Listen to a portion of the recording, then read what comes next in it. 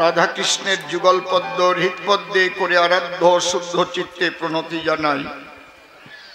সাধুগুরু বৈষ্ণব হেরি আর যত পুরুষ নারী আমার ভক্তিপূর্ণ প্রণাম গ্রহণ করিবেন সবাই। মানুষকে প্রণাম দিলে সে প্রণাম ঈশ্বরে মিলে। এইটা বেশি আছে, এইটা বেশি আছে, বেহালাটা বেশি হয়েছে। সর্বশাস্ত্রে তাহার প্রমাণ পাই। কবি চণ্ডীদাস যিনি উচ্চকণ্ঠে বলেছেন তিনি সবার উপর মানুষ, সত্য তাহার উপর নাই।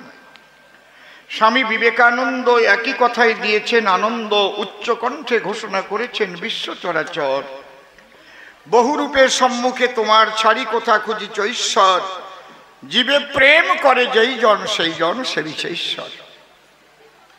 ঠাকুর ভবা পাগলা আসি বাজাইলেন মিলনবাসী, বললেন সবার পাশাপাশি আমি মানুষ ভালোবাসি, আমি মানুষ ভালোবাসি। কোনো তীর্থের নাই প্রয়োজন গয়া গঙ্গা কাশী, আমি মানুষ ভালোবাসি। সেই মানুষদের লক্ষ্য করে আমি প্রণাম জানাই করজোড়ে। মানুষের কৃপা দৃষ্টি যদি আমার উপরে পড়ে, কৃপা করবেন কৃষ্ণকাল ও শশী। বন্দনার ভাব করে শেষ বক্তব্য করিব পেশ, সবিশেষ সবার মধ্যে জানাই নিবেদন। অদ্যকার যে কবিগান আমার জীবনের নূতন অনুষ্ঠান, ইতিপূর্বেই ধর্ম সভাস্থান আমি কখনো দেইনি দর্শন। তবু যদিও এখানে নূতন আসি, কমিটির যে প্রাণ খোলা ভালোবাসাবাসী, তাতে আমার হৃদয়ে দিয়েছে একটা আনন্দের স্পন্দন। শুধু এসে বলে আমার পুরো ভাগে, বলুন বাবু কি লাগে কি লাগে। আমার তো কোনো কিছুরই নাই প্রয়োজন। আমি তো চা খাই না মোটে, ওইগুলো ঘন ঘন আনে আমার নিকটে। আমি তো চা করি না পান। তারপরে ভেবে দেখলো তাই ওনার যখন কোনো খাওয়ার লিপসার নাই, তাহলে একটু ডাবের জল খাওয়াই। তাই তো আমি ডাবের জল করেছি পান। তবে ভালোবাসার উপরে আর কোনো কিছু নাই। তে কারণে আসরে দাঁড়িয়ে আবার আমি তাদের শ্রদ্ধা ভক্তি প্রণাম জানাই। এই যে আমি দাঁড়াইয়ে কথা বলি, আমার এই যে ছন্দগুলি, এগুলো মুখস্থ করা নয়, এগুলো থাকে না মুখস্থ, এগুলো নয় পকেটস্থ, যখন তখন সাব্যস্ত হয়। এখন এইগুলো বুঝতে না পারে যারা, আস্তে আস্তে বাড়ির দিকে উঠে হাঁটা দেয় তারা। আর যাদের আছে কিছু একটু ছন্দ নিয়ে লেখাপড়া, তারা কিন্তু বিস্মিত হয়ে আমাদের দিকে তাকাইয়ে থাকে সর্বদাই। কি করে ছন্দ বলে দাঁড়াইয়ে সভা তলে, এটা বাগবাণীর ডাইরেক্ট করুণা না হলে কি বলা যায়। কথায় কথায় হলে ছন্দ, আনন্দ পায় ভক্ত বৃন্দ, ছন্দে বাধা প্রাণ গোবিন্দ শ্রী মধুসূদন। যে মানুষ ছন্দে চলে জীবন যায় না তার রসা তলে। জীবনের চলার ছন্দের পতন হলে জ্বালাময় হয় তার মানব জীবন। হরিবল হরিবল। তাই কৃপা করবেন নরনারী, এই হরিবাসরের হরি কথার কৃষ্ণ কথার ছন্দ নিয়ে যেন আমৃত্যু চলতে পারি।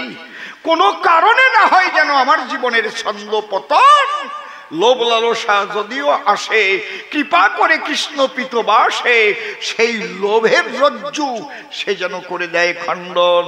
প্রেমানন্দে হরি বলে ভাসিয়া দুই চোখের জলে, সাধু সঙ্গ যেন করি সর্বক্ষণ। যাক, এ কথা গেল হয়ে, কার্য নাই এ কথা কয়ে বিপক্ষের নির্মল এসে দিল দর্শন। সে দুটি প্রশ্ন করেছে দান, গুরু তুমি দাও সমাধান। যত শাস্ত্র আমি করেছি অধ্যয়ন, সর্বশাস্ত্রে দেখি তাই কৃষ্ণের ঊর্ধ্বে শ্রেষ্ঠ কেহ নাই। বেদ বেদান্ত ধরে দিয়েছে সিদ্ধান্ত, গীতা গ্রন্থ কোনোটাই বাকি রাখে নাই, তাই তো। কিন্তু ও বলেছে আমার বরাবরই যখন আমি জয়দেবের গীত গোবিন্দ পড়ি, ওই জায়গায় যাই গর্তে পড়ি, ওখানে জয়দেব কলম ধরি দিয়েছে রাধা রানীর শ্রেষ্ঠাসন। তাহলে রাধা বড় না কৃষ্ণ বড়, তুমি তার একটা মীমাংসা করো। এইটা আমার জানতে একজন খুব মারাত্মক গুড়ো তত্ত্ব ওইখানে।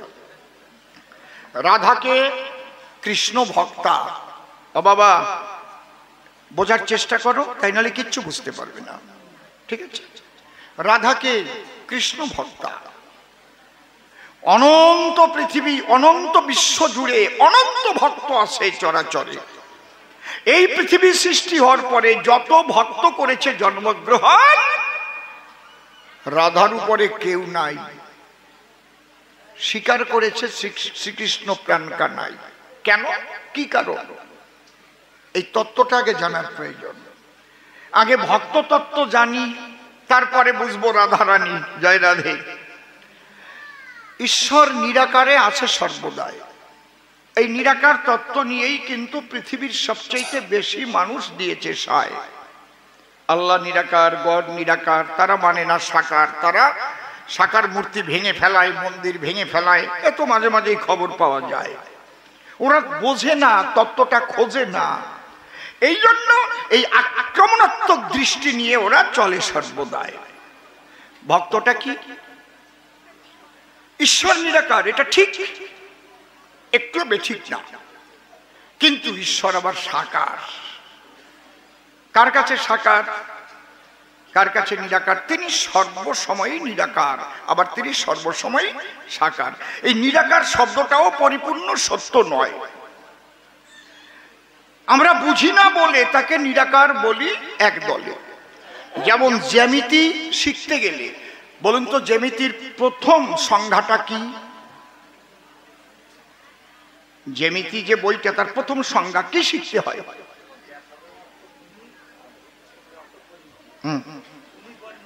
ভূমির পরিমাপ। তারপরে সংজ্ঞাটা কি? কিসের সংজ্ঞা? বিন্দু কাহাকে বলে? প্রথম সংজ্ঞা বিন্দু কাহাকে বলে? যার দৈর্ঘ্য প্রস্থ কিছুই নেই, শুধু অবস্থান আছে। অবস্থান থাকলে তার দৈর্ঘ্য প্রস্থ আছে, কায়দা আছে, থাকতেই হবে। তাহলে আমি যদি বলি তত্ত্বের মূল, তাহলে আমরা শিখবার সময় প্রথমেই শিখেছি ভুল, কিন্তু ভাষা দিয়ে ওর চাইতে সঠিক করে আর বলা যায় না মহাশয়। যার দৈর্ঘ্য নাই, প্রস্থ নাই, শুধু অবস্থানটুকু পাই, তাকে বিন্দু বলা হয়। যদি কেউ পাওয়ারফুল কাজ ধরে দেখে একটা বিন্দুর উপরে, তাহলে সেই বিন্দুটা কত বড় দেখা যায়? আচ্ছি কাজ, পাওয়ারফুল কাজ দেখা যাবে অনেক বড় হবে। দেখেন, 1 সেকেন্ডকে আবার 60 ভাগ করে ফেলে। এটা কখন দরকার হয় একটু শোনেন সকলে। যখন দৌড়াইয়া আগে কে গেলে ফার্স্ট প্রাইজ পায়, একেবারে মনে হলো একসঙ্গে পা ফেলেছে মৃত্তিকায়, মাটিতে, কিন্তু ওই 1 সেকেন্ডের 100 ভাগের 1 ভাগ আগে একজন গেছে, এটা ধরা পড়ে গেছে। ওটা যখন ভাগ ভাগ ভাগ ভাগ ভাগ ভাগ করে দেখিয়েছে, ঠিক কিনা বুঝতে পারছেন? খালি দাঁড়িয়ে বলি সবার ধার, যারা বলে নিরাকার, নিরাকার কিন্তু সে নয়, অতি সূক্ষ্ম। আমার কথাই করুন লক্ষ্য, যে সূক্ষ্মকে এই চোখ কেন বিজ্ঞানের কোন যন্ত্র দিয়েও দেখা সম্ভব নয় বসুধায়। একটা কথা বলি আপনাদের পুরো ভাগে। এই তো কিছুদিন আগে ছোট্ট একটা শক্তিতে সারা পৃথিবীকে হার মানিয়ে দিয়েছিল মহাশয়। তার নাম কি? করোনা। কেউ দেখেছেন করোনা? বলেন, করোনা দেখেছেন? ভয়ে কেন মুখ ঢেকেছে? কায়দা আছে। এই যে করোনা, এটা ভাইরাস, তাই তো? ভাইরাস মানে কি তাও আমরা জানি না। করোনা ভাইরাস, করোনা ভাইরাস, এই যে বুঝি ধরে ধরে এইবার আমি মরবো জ্বরে। এই জন্য মুখ ঢেকে চলতো সব নারী নরে, যেত না কেউ ঘরের বাইরে। যদি স্বামীর করোনা হয়, স্ত্রী কি কাছে গিয়ে সয়? তা করোনা একটা কাজ হয়েছে কি, বিদেশিদের চুমো খাওয়া বন্ধ হয়েছে। বিদেশে গেলে পরে দেখা যেত একজন একজনের সঙ্গে দেখা হয়ে অমনি ধরে, এখন আর খায় না, করোনার ভয়। তাহলে এই যে ভাইরাস বলে কিছু আছে দুনিয়ায়, এটা আমরা জানতে পারলাম কোন সময়? আমার কথাগুলো একটু লক্ষ্য করবেন। এটা অনুবীক্ষণ যন্ত্র দিয়ে দেখা যায় না, শক্তিশালী অনুবীক্ষণ যন্ত্র একে খুঁজে পায় না। কিসের দ্বারাই দেখা যায়? একমাত্র মাইক্রোস্কোপ, ইলেকট্রনিক্স অনুবীক্ষণ যন্ত্রের সাহায্যে এটা দেখা যায়। কত সূক্ষ্ম, কত সূক্ষ্ম, কিন্তু তা আছে। কিন্তু পরম ব্রহ্ম সূক্ষ্মাতি সূক্ষ্ম ঈশ্বর তারে বিজ্ঞানের কোন যন্ত্রের সাহায্যেও দেখা সম্ভব নয়। এই জন্য তারে নিরাকার বলে। কিন্তু সর্বশক্তিমান তিনি ধরণী তলে। সেই নিরাকারকে সাকারে আনতে হলে তাকে আমি দেখতে চাই, আমার মতো করে চাই। এই জায়গায় সনাতন ধর্মের ভক্তিবাদ। তাহলে কিভাবে সেই নিরাকার ধরা দেয়? তাহলে কিভাবে সেই নিরাকার সাকারেতে আসে? এইবার বলবো আমি আপনাদের পাশে ছোট ছোট করে। নিরাকার নিরাকার যারে বলে সর্বদাই, কিন্তু সাকারেতে এসে সে কত কথা কয়। কেমন করে সাকারে নিরাকার আসিবে এই তত্ত্ব আগে বাবা জানিতে হইবে। আমি বিজ্ঞানের যুক্তি দিয়ে বুঝাবো সভায়। এই ফাঁকা জায়গায় জল এসে আসে, বিজ্ঞান মেনে লয়। এই ফাঁকা জায়গায় জল আছে, এই যে ফাঁকা জায়গা দেখা যাচ্ছে ওখানে জল আছে। আপনারা বলবেন কি বলছে, লোকটার মাথা খারাপ হয়ে গেল নাকি? ফাঁকা জায়গায় কিন্তু জল আছে ভাই। এই জল কি আমরা সবাই দেখিবারে ভাই? কারণ জল 3 অবস্থায় থাকিতে পারে। বিজ্ঞানের তথ্য দিয়ে বুঝাচ্ছি আপনাদের। সকালবেলায় বাজারে গিয়ে বরফ কিনে নেবেন, বরফ এনে যত্ন করে থালাতে রাখিবেন। তাহলে বরফটা কি? বরফ জলের কঠিন অবস্থা। কি অবস্থায় থাকতে পারে? একটা গ্যাসিস, একটা লিকুইড আর একটা সলিড। এর বাংলা কি? গ্যাসিস মানে বায়বীয়, আর একটা কি সলিড মানে কঠিন, আর লিকুইড মানে তরল। তাহলে জলের কঠিন অবস্থা বরফ হয়েছিল। ওটার আঘাত থেকে টাইটানিক জাহাজ ডুবে গেল, ঠিক তো নাকি?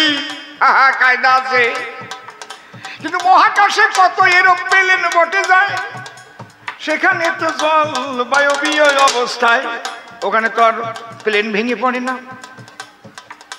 তাহলে বরফ এনে যখন রেখে দিলেন থালে, ধীরে ধীরে নিয়ে ওকে রৌদ্রের মধ্যে দিলেন, দেখবেন গলিয়ে গিয়ে ওই বরফ জল হয়েছিল।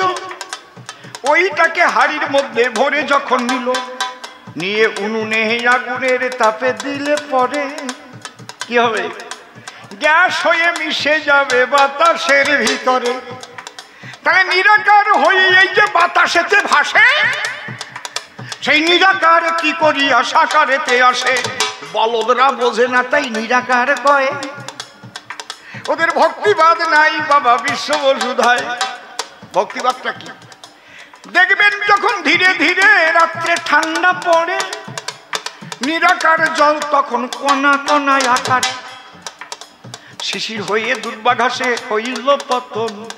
ঠিক বলছি তো নাকি? হ্যাঁ, শিশির হয়ে দুর্বাঘাসে হইল পতন। ওটা কি বাতাস হইতে জল হইল সৃজন। ঠান্ডা যেখানে বেশি পড়ে জানাই আছে ভাই, সেখানে গেলে বরফের চাদর দেখতে পাই। তাহলে ওই শিশিরের জল বাবা থাকে কতক্ষণ? সূর্যের আলোতে বাষ্প না হয় যতক্ষণ। জয় রাধে। তাহলে বরফ হয় কিসে? যখন মাইনাসে ওই ঠান্ডা তাপমাত্রা নেমে যায়, তখন কিন্তু ওই জল বরফ আকার হয়। মনে করেন যে দেশে কোনোদিন ঠান্ডা পড়ে না, সেই দেশের জল কোনোদিন বরফ তো হবে না। তাই যে সাধনের ভজনের মধ্যে ভক্তি ঠান্ডা নাই, ওরে তাদের মধ্যে সাকার হবে না মালিক সাই। তারা বলবে নিরাকার সে আজ থাকে সর্বদাই। এই সনাতনের ভক্তি তত্ত্ব বিশ্বে তাহার জয়। হরিবল হরিবল। তাহলে যে ভক্তিটা দেখেন বাবা মাইনাসে গেল, এই যে মাইনাসের তাপমাত্রা কেন বলা হলো? এই জায়গাটা কায়দা আছে। তাপমাত্রা চলতে থাকবে, মাইনাসের তাপমাত্রা গেলে কি হয়? বরফ হয়। তাহলে মন থেকে সব বাসনা যখন তোমার মাইনাস হয়ে যাবে, তখন ওই ওই নিরাকার সাকারে আসিবে। হরিবলা হরিবলা। তাহলে সাকারে কোন মূর্তিতে তুমি দেখবে? যে মূর্তিতে দেখতে চাও সেই মূর্তি তুমি গড়াইয়া লবে, সেই মূর্তির মধ্যে সে কথা কবে। নিরাকার যে ছিল আসিয়া সাকারে দেখা দেবে এসে এসে ভক্তেরও বাজারে। এখানে শাস্ত্রে একটা শ্লোক লিখেছে, আপনাদের ভালো লাগছে? একদম আমি পুঙ্খানুপুঙ্খ ভাবে বুঝিয়ে যাচ্ছি। আমি চ্যালেঞ্জ নিয়ে কথা বলা মানুষ, যারা শুধু নিরাকার নিরাকার করে না, আমি চ্যালেঞ্জ ধরি ওদের সঙ্গে আসতে। তাহলে কি এখানে বুঝবার বিষয় আছে? তাহলে ভক্তিতে নিরাকার হয় সে ভগবান, আর ভক্তি না থাকলে পরে নিরাকারই পান। ভক্তি যার নাই, যারা নিরাকারী সাধক হয় তারা একটু রূঢ় প্রকৃতি। এ কথা চিরদিন জানি আমরা সত্যি। যারা নিরাকারী ভজন করে তারা রূঢ় হয়, হিংস্র হয়। আর সাকারের ভজন করে ভক্তিবাদী যারা, ওরে তাদের চোখে ঝরে পড়ে প্রেম নয়নের ধারা। হরিবলা হরিবলা। তারা নামের মালা দিয়ে দেখো চোখের জলে ভাসে, দেখা দাও কৃষ্ণ কৃষ্ণ ভাসে। মীরাবাইয়ের ঘটনায় আমার মনে পড়ে যায়। মীরাবাইয়ের বয়স যখন বৎসর মাত্র 6, তখন বাবার ঘরে ছিল মীরা। কি ঘটনা হইল? তাদের বাড়ির পার দিয়ে একটা বিয়ের বাজনা গেল। পালকিতে বর বধূ সাজাও অবস্থায়, ওরা বসে বসে মজা করে, মিথ্যে কথা নয়। মীরা তখন বাবার কাছে ডাক দিয়ে জানায়, ওই যে কিসের বাজনা বাজে বাজবা বলো তাই আমায়, পালকির মধ্যে কানায় আছে জানিবারে চাই। ওর বাবা বলে শোন শোন শোন রে মীরা ভাই। ওরা উঠে যাচ্ছে কেন? হ্যাঁ কি হচ্ছে?